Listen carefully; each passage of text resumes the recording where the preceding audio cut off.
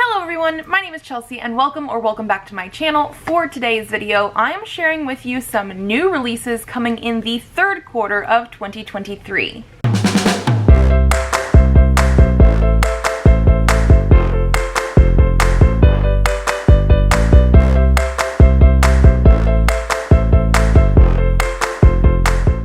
So this is a video that I like to do every quarter because there are just so many books that are coming out that I'm interested in that I have to break it down that way. Like, I can't just go and be like, here's new releases for the whole of 2023. And so yeah, this time is no exception. This is actually the most amount of books so far this year that I'm excited for. I have 38 books to share with you today.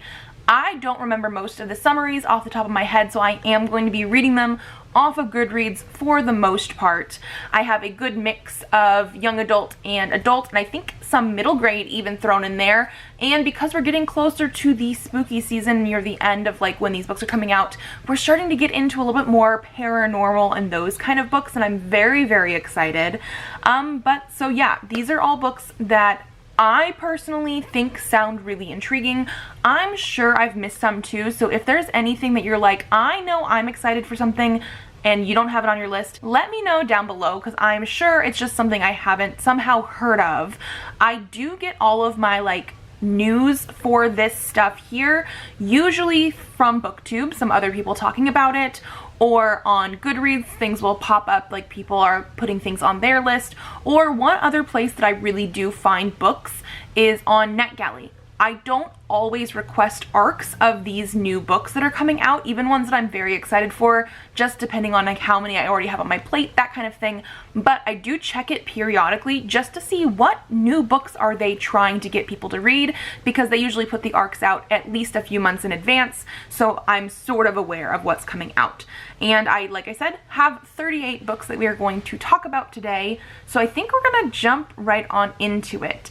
So obviously the first month we're gonna be talking about is July, because I don't think I said. We're doing July, August, and September in this video. And there are two books that I'm excited for coming out on July 11th. The first one is Out on a Limb by Hannah Bonham Young.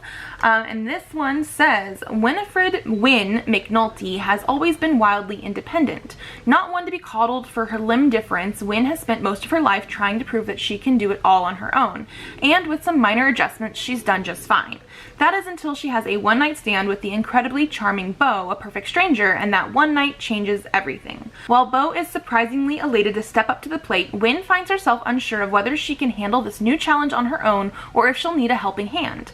Together, Wynne and Beau decide to get to know one another as friends and nothing more, but as they both should know by now, life rarely goes according to plan. This is going to be a contemporary romance, and I will say I'm not usually the biggest fan of like starting off with a one-night stand and then going into a romance, but I was very intrigued by the limb difference mentioned here, because I don't see that very often as like representation in books.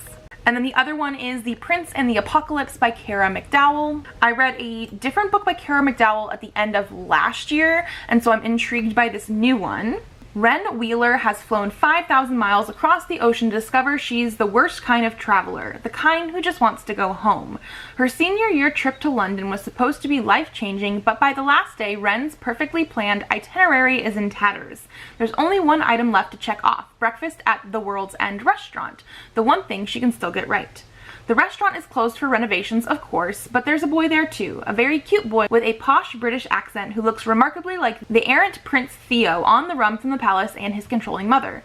When Wren helps him escape a pack of tourists, the prince scribbles down his number and offers her one favor in return. She doesn't plan to take him up on it until she gets to the airport and sees cancelled flights and chaos. A comet is approaching Earth and the world is ending in 8 days. Suddenly, that favor could be her only chance to get home to her family before the end of the world. Wren strikes a bargain with the runaway prince. If she'll be his bodyguard from London to his family's compound in Santorini, he can charter her a private jet home in time to say goodbye. Traveling through Europe by boat, train, and accidentally stolen automobile, Wren finds herself drawn to the dryly sarcastic, surprisingly vulnerable Theo. But the prince has his own agenda, one that could derail both their plans. When life as they know it will be over in days, is it possible to find a happy ending? Moving on to July 18th, there are 3 books that I'm excited for on this date. The first is To Have and to Heist by Sarah Desai. Simi Chopra is on a bad luck streak. She's lost yet another job, her student loan debt won't stop growing, her basement apartment is a certifiable flood zone, and now her best friend has been accused of stealing a multi-million-dollar diamond necklace. To put it lightly, she's desperate for a break. That's right when Jack waltzes out of the bushes and into her life. Jack is just as charming as he is mysterious. When he offers to help her find the missing necklace and steal it back, Simi jumps at the chance to clear her friend's name and collect the substantial reward. But every good heist needs a crew. All she needs to do is transform a ragtag group of strangers into an elite heist crew, infiltrate a high society wedding, and steal the necklace from a dangerous criminal before the happy couple say I do. Meanwhile, the bride is keeping secrets, a detective with a slow burn smile keeps showing up at her door, and the ultimate robbery might not be the wedding con, but the way Jack is stealing her heart. Then we also have Charming by Jade Linwood. I love the tagline of this. I usually don't read these parts of the summaries, but it says, brave, resourceful, deceitful, double-crossing, charming. Prince Jean-Marc Charming Arundel, known to his friends and enemies alike as Prince Charming, is handsome, well-mannered, brave, a peerless swordsman, a cunning tactician, and a liar, a conman, and a fraud. For years he's been traveling from one kingdom to the next, rescuing endangered princesses and maidens, securing their troths and his place in their father's palaces, then looting their treasures and having it away before dawn. Until a chance meeting of 3 of his victims. Raven-haired Marie Blanche de Neige? I totally said that completely wrong, but I'm assuming these are going to be like princesses, so maybe like Snow White, the sorceress Dr. Amelia Rapunzel, and the long slumbering Bella Lucia del Sogni. These names, guys, suggests a course of revenge, and this is going to be like a sort of like twist on fairy tale retelling things, and so yes, I'm assuming they mean like Snow White, Rapunzel, and Sleeping Beauty, so I'm excited. And then there's also The Legend of Greyhallow by Summer Rachel Short. This is a middle grade. 12-year-old Ainsley Galloway and her 10-year-old brother Tobin have just moved to the small, picturesque mountain town of Lowry. The town is famously the setting for the blockbuster Legend of Greyhallow trilogy, and there are traces of the films wherever they go. Ainsley's parents even bought the film director's former home, which they dream of turning into an inn that caters to fans eager to check out the local Greyhallow movie festival. But when Ainsley and Tobin are fooling around in the attic of their new home, Ainsley unleashes something she doesn't quite understand, and suddenly purple mist is flooding the town. She's receiving cryptic messages from strangers in medieval garb. Oddest of all, the enigmatic director of the Greyhallow movies, who's been missing for years, has a message for them. Ainsley and Tobin have opened a passage between the very real, magical world of the movies and their own. In a swirl of shifting loyalties, capricious creatures, and movie trivia, Ainsley and Tobin have to figure out what to do and who to trust in order to save them all. Then there is one book coming out on July 25th, which is Their Vicious Games by Joelle Wellington. You must work twice as hard to get half as much. Adina Walker has known this the entire time she's been on scholarship at the prestigious Edgewater Academy, a school for the rich and mostly white upper class of New England. It's why she works so hard to be perfect and above reproach. No matter what she must force beneath the surface. Even one slip can cost you everything. And it does. One fight, one moment of lost control leaves Adina blacklisted from her top choice Ivy League college and any other. Her only chance to regain the future she's sacrificed everything for is The Finish, a high-stakes contest sponsored by Edgewater's founding family in which 12 young, ambitious women with exceptional promise are selected to compete in 3 mysterious things: the Ride, the Raid, and the Royale. That just didn't sound right to me, but the Ride, the Raid, and the Royale. The winner will be granted entry into the fold of the Remington family, whose wealth and power can open any door. But when she arrives at the finish, Adina quickly gets the feeling that something isn't quite right with both the Remingtons and her competition, and soon it becomes clear that this larger-than-life prize can only come at even greater cost. Because the finish stakes aren't just make or break, they're life or death. Adina knows the deck is stacked against her, it always has been, so maybe the only way to survive their vicious games is for her to change the rules. Then moving into August, on August 1st, there are 5 books coming out. The first is Kiss the Girl by Zoraida Cordova. This is in the Meant to Be series, so even though I haven't read the other ones, but still really want to, they are by different authors and they're following like different retellings of princess stories, so you don't have to read the other ones before this, and this is going to be obviously based on the title and like the cover sort of stuff, a sort of retelling of The Little Mermaid. Ariel Del Mar is one of the most famous singers in the world. She and her sisters, together known as the band Siren 7, have been a pop culture phenomenon since they were kids. On stage, wearing her iconic red wig and sequined costumes, staring out at a sea of fans is where she shines. Anyone would think she's the girl who has everything. But lately she wants more. Siren 7 is wrapping up their farewell tour, and Ariel can't wait to spend the summer just living a normal life, part of a world that she's only ever seen from the outside. But her father, the head of Atlantica Records, has begin her breakout solo career. Okay, that also does not make sense to me. I don't understand what's going on. Wants her to break out into a solo career immediately, starting with a splashy announcement on a morning talk show. The night before, Ariel and her sisters sneak out of their Manhattan penthouse for a night of incognito fun at a rock concert in Brooklyn. It's there that Ariel crosses paths with Eric Reyes, dreamy lead singer of an up-and-coming band. Unaware of her true identity, Eric spontaneously invites her on the road for the summer, and for the first time in her life, Ariel disobeys her father and goes with him. Caught between the world she longs for and the one she's left behind, can Ariel follow her dreams, fall in love, and somehow find her voice? Then we have another book by Rachel Griffin. This is going to be Bring Me Your Midnight. Tana Fairchild's fate has never been in question. Her life has been planned out since the moment she was born. She is to marry the governor's son Landon and secure an unprecedented alliance between the witches of her island home and the mainlanders who see her very existence as a threat. Tana's coven has appeased those who fear their power for years by releasing most of their magic into the ocean during the full moon. But when Tana misses the midnight ritual, a fatal mistake, there is no one she can turn to for help until she meets Wolf. Wolf claims he is from a coven that practices dark magic, making him one of the only people who can help her. But he refuses to let Tana's power rush into the sea and instead teaches her his forbidden magic, a magic that makes her feel powerful, alive. As the sea grows more violent, her coven loses control of the currents, a danger that could destroy the alliance as well as her island. Tana will have to choose between love and duty, between loyalty to her people and loyalty to her heart. Marrying Landon would secure peace for her coven, but losing Wolf and his wild magic could cost her everything else. So I'm very curious about this one because I really liked the nature of witches, and every single book so far that Rachel Griffin has done are standalones, separate worlds even, I think they are, but they are all about witchy stuff in general. So again, very curious about this. We also have Zhara by S.J. Jones. This is one of those ones that I wasn't entirely sure about, but it says it's Sailor Moon meets Cinder. So I'm very curious again. Magic flickers, love flames, chaos reigns. Magic is forbidden throughout the Morning Realms. Magicians are called abomination and blamed for the plague of monsters that razed the land 20 years before. Jin Zhara already had enough to worry about, appease her stepmother's cruel whims, looking after her blind young sister, and keeping her own magical gifts under control without having to deal with rumors of monsters re-emerging in the marsh. But when a chance encounter with an easily flustered young man named Han brings her into contact with a secret magical liberation organization called the Guardians of the Dawn, Zhara realizes there may be more to these rumors than she thought. A mysterious plague is corrupting the magicians of Zanhe and transforms them into monsters, and the Guardians of the Dawn believe a demon is responsible. In order to restore harmony and bring peace to the world, Zhara must discover the elemental warrior within, lest the balance between order and chaos is lost forever. We also have Ravensong by T.J. Klune. This is the second book in the Green Creek series, which these are coming out now as traditionally published books. They were originally indie published, and they're coming out with new covers because of that.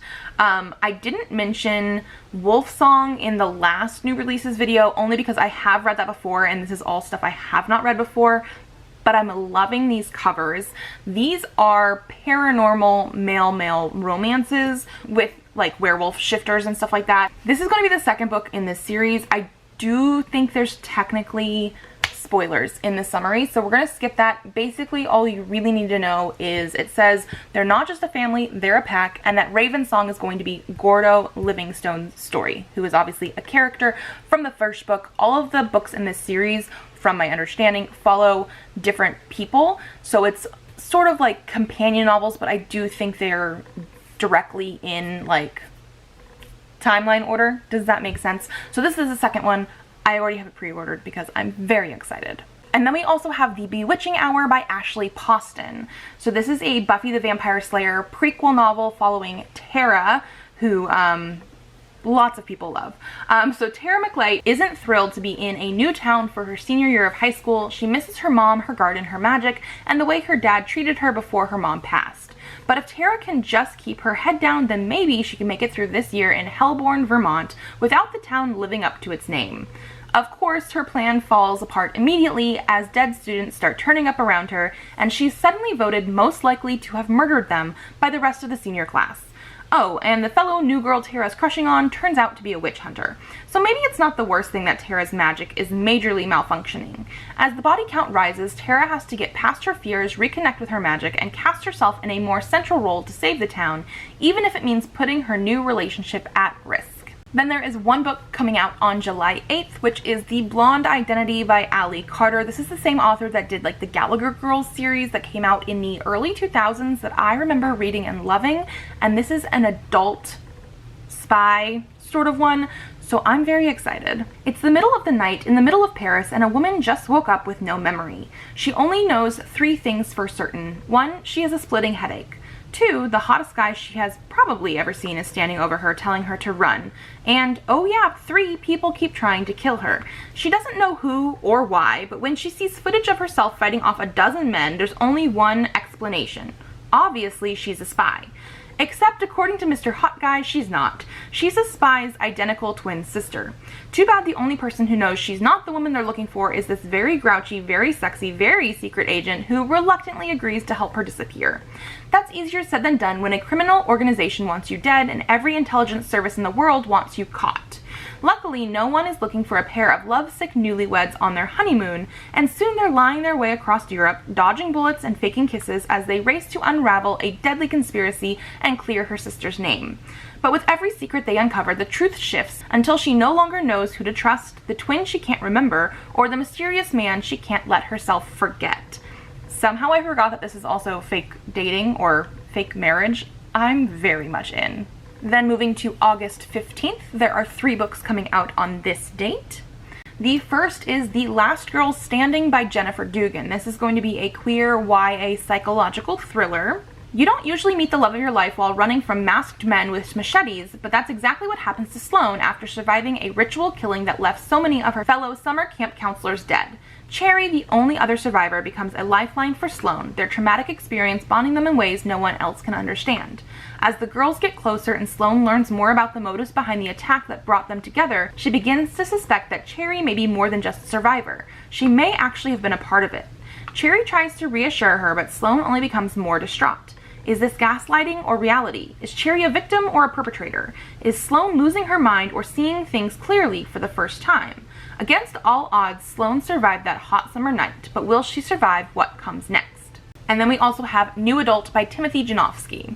And so this is going to be LGBTQ romance, obviously, because this is what this author writes, but it's going to be part 13 going on 30 and part 1 last stop, and those are 2 of my favorite things. So 23-year-old Nolan Baker wants it all by the time he's 30. Too bad he's single, barely able to cover his own expenses, and still paying his dues at a prominent New York City comedy club. When faced with his perfect sister's wedding, Nolan takes it as a wake-up call. It's time to quit comedy and make good on his practical dreams. Most importantly, asking Drew Tetchler, his best friend, to be his date. But right as Nolan is about to give it all up, he's asked to fill a last-minute spot for a famous comedian. Score! He crushes his set but stands Drew up, misses his sister's big day, and disappoints his entire family. After major blowouts with everyone he loves, Nolan desperately wishes on a set of gift magical healing crystals to skip to the good part of life. When he wakes the next morning, it's 7 years later. He's a successful comedian. He has everything he's always thought he wanted. Everything that is, except his friends and family, none of whom are taking his future self's calls. With nowhere else to turn, Nolan sets out to find the only person he trusts to help. Except Drew is all grown up now too. He's hot, successful, and hates Nolan's guts. As Nolan works to get back to his younger self and the life he so carelessly threw away, he'll have to prove he's not the man everyone thinks they know in order to regain Drew's trust, friendship, and maybe ultimately his heart. The next one we have here is Codename Charming by Lucy Parker. This is the second book in the Palace Insiders series. The first one was Battle Royal, which I have not read, but I do believe this is going to be one of those more like companion novel series because they are all adult contemporary romances. Petunia DeVere enjoys being the personal assistant to lovable, bumbling Johnny Marchmont, but the job has its share of challenges, including the royal's giant, intimidating bodyguard, Mateus. Pet and Mateus are polar opposites. She's spontaneous and enthusiastic, he's rigid and stoic, but she can sense there's something softer underneath that tough exterior. For Mateus Vaughn, protecting others is the name of the game, but keeping his royal charge out of trouble is more difficult than he imagined because everywhere Johnny goes, calamity ensues, and his petite, bubbly assistant is often caught in the fray. Mateus hates the idea of Pet getting hurt, and he's determined to keep everyone safe, even if it means clashing with his adorable new coworker. When a clumsy moment leads to a questionable tabloid photo, the press begins to speculate that Pet is romantically involved with Johnny. To put an end to the rumors, the royal PR team asks Pet and Mateus to stage a fake relationship, and the two reluctantly agree. But as they spend more time together outside of work, they begin to wonder what real emotions this pretend connection might uncover, especially when a passionate kiss leaves both of their heads spinning. Then there's one book coming out on August 22nd. This is going to be Specs by David M. Booher. So this is going to be a graphic novel, a comic. It collects Specs issues 1 through 4. Small town Ohio, 1986. All Kenny and Ted want is to not feel like outcasts. What happens when a pair of X-ray glasses mysteriously appear? The magic specs open a world of possibilities for these misfit teens through the granting of literal wishes. Things start out innocent, but when they wish that their bully would disappear, things take a cursed turn with far darker consequences than they thought possible. In this mysterious and nostalgic tale from writer David M. Booher and artist Chris Sheehan, Kenny and Ted realize they've received much more than they've bargained for. And then ending August, we have 3 books coming out on August 29th. The first is The Blue Beautiful World by Karen Lord. The world is changing and humanity must change with it. Rising seas and soaring temperatures have radically transformed the face of the Earth. Meanwhile, Earth is being observed from afar by other civilizations, and now they are ready to make contact. Vying to prepare humanity for first contact are a group of dreamers and changemakers, including Peter Hendricks, the genius inventor behind the most advanced VR tech. Charissa, a beloved celebrity icon with a passion for humanitarian work, and Kanoa, a member of a council of young people from around the globe drafted to reimagine the relationship between humankind and alien societies. And they may have an unexpected secret weapon. Owen, a pop megastar whose ability to connect with his adoring fans is more than charisma. He has a hidden talent that may be the key to uniting Earth as it looks toward the stars. But Owen's abilities are so unique that no one can control him, and so seductive that he cannot help but use them. Can he transcend his human limitations and find the freedom he has always dreamed of, or is he doomed to become the dictator of his nightmares? We also have Night of the Living Queers, 13 Tales of Terror Delight, edited by Shelley Page and Alex Brown. This is going to obviously have multiple different authors, so it looks like we have Ryan Douglas, Kaylin Bayron, Sarah Farazin, Kosako Jackson, Tara Sim, Rebecca Kim Wells, Trang Tan Tran, Vanessa Maltaban, MX Liu, Maya Gittleman, and Aida Shonabar. Some of these people I've heard from, some of them I have not. And it's going to be an anthology, a horror anthology that's also LGBTQ.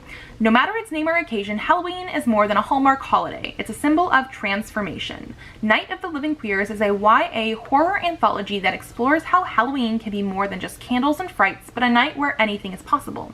Each short story will be told through the lens of a different bi-POC teen and Halloween night that changes their lives forever. Creative, creepy, and queer, this collection will bring fresh terror, heart, and humor to young adult literature. Apparently, because I don't recognize all these names, I didn't realize that every single one was by POC as well, but I'm excited. And then the last one for this date is Where Peace is Lost by Valerie Valdez. Where peace is lost, may we find it. 5 years ago, Kalana Gavardos lost everything in the war against the Pale Empire. Now, Kel Garda is just another refugee living on the edge of an isolated star system. No one knows she was once a member of the Order whose military arm was disbanded and scattered across the galaxy. And no one knows that if her enemies found her, they might destroy the entire world to get rid of her. Where peace is broken, may we mend it. Kel's past intrudes in the form of a long-dormant pale war machine, suddenly reactivated. If the massive automaton isn't stopped, at best it will carve a swath of devastation that displaces thousands of people. At worst, it will kill every sentient creature on the planet. Where we go, may peace follow. When two strangers offer to deactivate the machine for a price, Kel and a young friend agree to serve as their guides. The journey through swamps infested with predators and bandits is bad enough, but can they survive more nefarious dangers along the way? And will Kel's fear of revealing her secrets doom the very people she's trying to protect? Where we fall, may peace rise. I'm very intrigued by this, mostly because of the author. This author wrote Chilling Effect and that whole series, which I really enjoyed, and it also had influences from Mass Effect, which I love. So I'm curious about this new sci-fi from her. Moving into September, on September 5th, there are 4 books coming out. The first is Deephaven by Ethan M. Aldridge. This is going to be a middle grade gothic novel following a non-binary student. It says, when Guinevere Neve Tallow receives an acceptance letter to the exclusive Deephaven Academy, they know it's the fresh start that they've been looking for. But things are strange from the moment they arrive. The house itself seems to breathe. Students whisper secrets in dark corridors, and the entire east wing of the academy is locked away for reasons no one wants to explain. And Neve knows something ragged stalks the shadowy corridors, something that sobs quietly and scratches at the walls, waiting to be released. With the help of another first-year student, Neve takes it upon themselves to unravel the mysteries hidden in Deephaven's halls. But will they risk their fresh start to bring the Academy's secret to light? And then we have Enchanted to Meet You by Meg Cabot. I haven't read a Meg Cabot in a while, but this one does look like it's going to be adult paranormal romance. And I'm excited because I loved a lot of her teen stuff when I was younger. In her teenage years, lovelorn Jessica Gold cast a spell that went disastrously wrong and brought her all the wrong kind of attention, as well as a lifetime ban from the World Council of Witches. So no one is more surprised than Jess when 15 years later, tall, handsome WCW member Derek Winters shows up in her quaint little village of West Harbor and claims that Jess is the chosen one. Not chosen by West Harbor's snobby elite to style them for the town's tricentennial ball, though Jess owns the chicest clothing boutique in town, and not chosen finally to be on the WCW either. Not that Jess would have said yes anyway, since she's done with any organization that tries to dictate what makes a true witch. No, Jess has been chosen to help save West Harbor itself. But just when Jess is beginning to think that she and Derek might have a certain magic of their own, and not of the supernatural variety, Jess learns he may not be who she thought he was. And suddenly Jess finds herself having to make another kind of choice. Trust Derek and work with him to combat the sinister force battling to bring down West Harbor, or use her gift as she always has, to keep herself and her heart safe. Then we have Midnight at the Houdini by Delilah S. Dawson. The night is perfect and glorious and sparkling, too beautiful to be real, like magic. Anna may have grown up in glitzy Las Vegas, but she's determined that no one will ever call her shallow. While her older sister Emily is the star of the family, Anna is the diligent stage manager, making sure that both their lives go perfectly to plan. But when Emily reveals a startling betrayal, Anna flees in the middle of a raging storm and takes shelter in a boutique establishment she's never seen before, the Houdini. Inside, Anna discovers a magic hotel and a magical boy.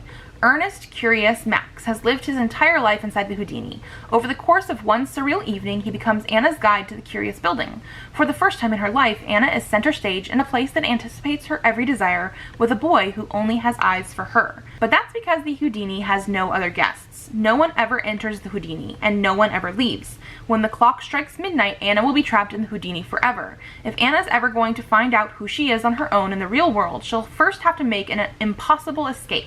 But will she be able to do it if it means leaving Max behind? And then we have Dragon Age: The Missing by George Mann. So this, I think, is still technically part of like the Dragon Age series of comics that are in between the Dragon Age Inquisition game and the new Dragon Age Dreadwolf that will eventually be coming out. I don't know exactly where it's going to be, but it says, Varric Tethros and Lace Harding have a tough job ahead of them. Tasked with finding their former friend Solus, the pair find themselves facing down a lot more than they bargained for. With a difference of opinion on how to approach their target, and with new enemies around every corner, the duo might find they've bitten off more than they can chew. I'm excited because these are some of my favorite characters, and I really do enjoy a lot of the Dragon Age comic stuff. So yes, another one that's coming out as a collected edition. This will have The Missing issues 1 through 4. Then there is one book coming out on September 8th, which is I Think He Knows by Katie Bailey. I think this is technically the second book in some sort of series by this author, but again, contemporary romance where they're mostly companion novels about different characters. It says, I fell in love with Carter James Callahan's smart mouth smirk long before it was labeled the sexiest smile in Hollywood. I also fell for his broad, muscular shoulders, his impossibly blue eyes, and his nope, not going there anymore. Okay, because while Carter may frequent my dreams every night, I will only ever frequent his friend zone, which is why I'm on an official mission to rid myself of my pesky feelings for him. I'm gonna put myself out there, start dating, and stop hopelessly crushing on my best friend. Deep down, I know this is for the best. It would never work between I'm a single mom with an impressive collection of stained sweatpants and he's a serial dating celeb heartthrob who never wants to be tied down to anything or anyone. So when the media breaks a story that Carter is getting married, nobody is more shocked than I am, especially when I click on the article and see that his mysterious fiance is me. The summary, I don't think did it as much justice as some of the stuff I saw on social media. This is one that I saw on Instagram, but it has a lot of the check boxes for me with stuff. Fake dating, fake fiance sort of thing. We'll see what that is actually about.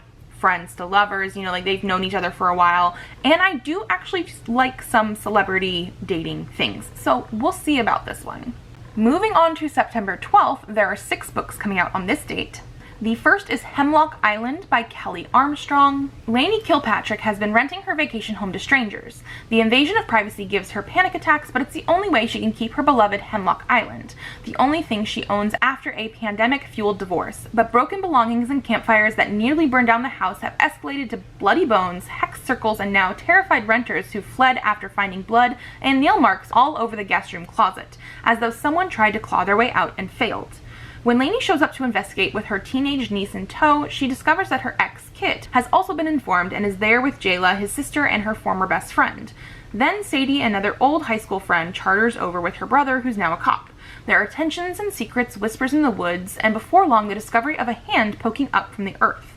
Then the body that goes with it. But by that time, someone has taken off with their one and only means off the island, and they're trapped with someone or something that doesn't want them leaving the island alive.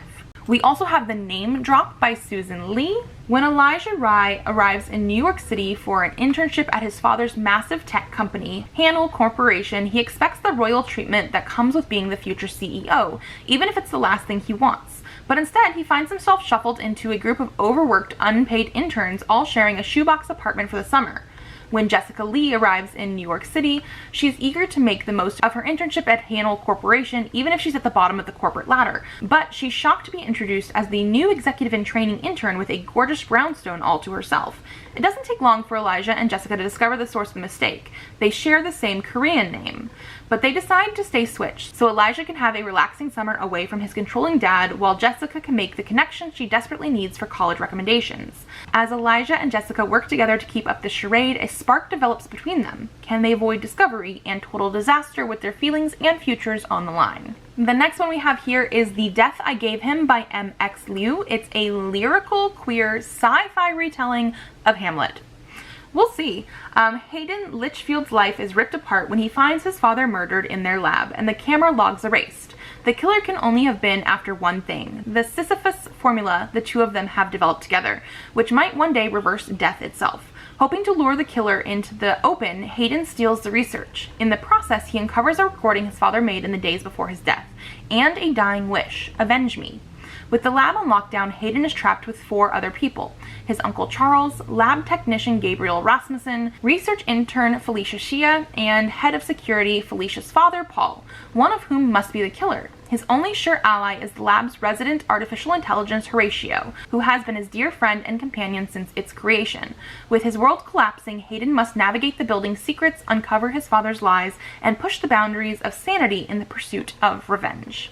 Then we have The Otherwoods by Justine Pucella Winans. The Otherwoods is calling and it won't be ignored. Some would call River Rydell a chosen one, born with the ability to see monsters and travel to a terrifying spirit world called the Otherwoods. They may have all the makings of a hero, but River just calls themselves unlucky. After all, it's not like anyone actually believes River can see these things, or that anyone even believes monsters exist in the first place. So the way River sees it, it's better to keep their head down and ignore anything Otherwoods related. But the Otherwoods won't be ignored any longer. When River's only friend and crush Avery is kidnapped and dragged into the Otherwoods by monsters, River has no choice but to confront the world they've seen only in their nightmares. But reality turns out to be more horrifying than they could have ever imagined. With only their cat for protection and a wayward teen spirit as their guide, River must face the monsters of the Otherwoods and their own fears to save Avery and become the hero they were unfortunately destined to be. We also have The Improbable Tales of Baskerville Hall by Ali Standish. What if Arthur Conan Doyle really went to a secret school for extraordinarily gifted children called Baskerville Hall? When a mysterious man with a pipe notices young Arthur's incredible deductive skills, Arthur's offered a spot at the esteemed Baskerville Hall and a chance to lift his family out of poverty. There, Arthur makes quick friends with Irene Eagle, a girl who boldly strides into any adventure, and Jimmy Moriarty, a boy whose brilliance rivals Arthur's own. But he makes enemies too, who want Arthur expelled or worse. Soon Arthur and his friends and enemies are invited to a powerful secret society called the Clover. In order to be accepted into the illustrious social club, they must pass 3 tests. But along the way, Arthur uncovers a mystery that will lead to grand adventure, and even greater danger. Arthur will need all the help he can get to solve the puzzle and keep a shocking truth from falling into the wrong hands. Meanwhile, he will finally meet the man who becomes his greatest mentor, Professor Sherlock Holmes. And the last one I have for this date, which I have mentioned before in videos like this, I actually think it was last year sometime, it's Become You Volume 2 by Ichiko Takano. This is my eagerly anticipated and desperately waiting for second volume in the Become You series, which is about these 2 boys in high school that are like trying to learn to be friends because of musical instruments. I really loved it. But I don't think we have any actual good date on this because it was originally supposed to come out last year. There's no cover or anything. I wanted to mention it again because, like, what if? But I think I'm only what ifing it for me. Then moving on to September 19th, there are 4 books coming out on this date. The first is Champion of Fate by Kendara Blake. Behind every great hero is an Aristine. Aristine are mythical female warriors, part of a legendary order. Though heroes might be immortalized in stories, it's the Aristine who guide them to victory. They are the hero makers. Ever since she was an orphan taken in by the order, Reed has wanted to be an Aristine. Now as an initiate, just one challenge stands in her way. She must shepherd her first hero to glory on the battlefield. Succeed and Reed will take her place beside her sisters. Fail and she'll be cast from the only home she's ever known. Nothing is going to stop Reed until she meets her hero. Hestian is fiery and infuriating, but what begins as an alliance becomes more, and as secrets of the Order come to light, Reed begins to understand what becoming an Aristine may truly cost. Battle looming, she must choose, the Order and the life she had planned, or Hestian and the one she never expected. Then we have The Unfortunate Side Effects of Heartbreak and Magic by Brianne Randall. For fans of practical magic and Gilmore Girls, sign me up. Sadie Relevere has always believed that the curse of 4 heartbreaks that accompanies her magic would be worth the price. But when her grandmother is diagnosed with cancer with only weeks to live and her first heartbreak, Jake McNeely, returns to town after a decade, her carefully structured life begins to unravel. With the news of her grandmother's impending death, Sadie's estranged twin brother Seth returns to town, bringing with him deeply buried family secrets that threaten to tear Sadie's world apart. Their grandmother has been the backbone of the family for generations, and with her death, Sadie isn't sure she'll have the strength to keep the family and her magic together. As feelings for Jake begin to rekindle and her grandmother growing sicker by the day, Sadie faces the last of her heartbreaks and has to decide, is love more important than magic?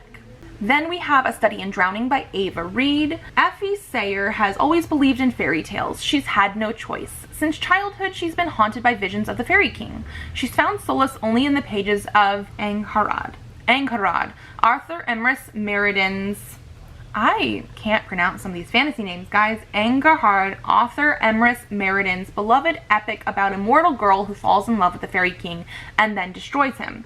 Effie's tattered dog-eared copy is all that's keeping her afloat through her stifling first term at Lear's prestigious architecture college. So when Merridin's family announces a contest to design the late author's house, Effie feels certain this is her destiny. But Hyreth Manor is an impossible task, a musty, decrepit estate on the brink of crumbling into the hungry sea, and when Effie arrives, she finds she isn't the only one who's made a temporary home here. Preston Helleroy, a stodgy young literature scholar, is studying Meriden papers and is determined to prove her favorite author is a fraud. As the two rival students investigate the reclusive author's legacy, piecing together clues through his letters, books, and diaries, they discover the house's founder isn't the only thing that can't be trusted. There are dark forces, both mortal and magical, conspiring against them, and the truth may bring them both to ruin. And then we also have Starter Villain by John Scalzi. I am absolutely loving this cover. Not only that, the tagline of the cover, which is "Meet the New Boss." Loving it. So it says, inheriting your mysterious uncle's supervillain business is more complicated than you might imagine. Sure, there are things you'd expect. The undersea volcano layers, the minions, the plots to take over the world, the international networks of rivals who want you dead. Much harder to get used to are the sentient, language-using, computer-savvy cats, and the fact that in the overall organization, they're management. That's all I need. I want to read this. And then finally, we're moving on to September 26th, the last date we have here, and there are 4 more books coming out on this date. The first is The Chalice of the Gods by Rick Riordan. This is the 6th book in the Percy Jackson and the Olympian series, which I think is technically after book 5, which came out forever ago, so I'm very curious about where this is going. So it says, after saving the world multiple times, Percy Jackson is hoping to have a normal senior year. Unfortunately, the gods aren't quite done with him. Percy will have to fulfill 3 quests in order to get the necessary 3 letters of recommendation from Mount Olympus for college. The first quest is to help Zeus's cupbearer retrieve his goblet before it falls into the wrong hands. Can Percy, Grover, and Annabeth find it in time? Interesting. So this one, Percy Jackson in general is a middle grade series, but this is senior year of high school going into college, so this is definitely going to be young adult. I'm excited because I love the books. I actually read the Percy Jackson books when I was in my 20s. Still love them. I'm very excited. And the next one we have here is another sort of continuation series. It's The Fragile Threads of Power by V.E. Schwab. This is technically a new series, but it is directly sort of following the Darker Shade of Magic series. So I'm curious again where this is going to go. Once there were 4 worlds nestled like pages in a book, each pulsing with fantastical power and connected by a single city, London, until the magic grew too fast and forced the worlds to seal the doors between them in a desperate gamble to protect their own. The few magicians who could still open the doors grew more rare as time passed, and now only 3 Antari are known in recent memory. But barely a glimpse of them have been seen in the last 7 years. Okay, 7 years later. And a new Antari named Kosika has appeared in White London, taking the throne in Holland's absence. The young queen is willing to feed her city with blood, including her own, but her growing religious fervor has the potential to drown them instead. And back in Red London, King Rai Maresh is threatened by a rising rebellion, one determined to correct the balance of power by raising the throne entirely. Amidst the tapestry of old friends and new enemies, a girl with an unusual magical ability comes into possession of a device that could change the fate of all 4 worlds. Her name is Tess, and she's the only one who can bring them together or unravel it all.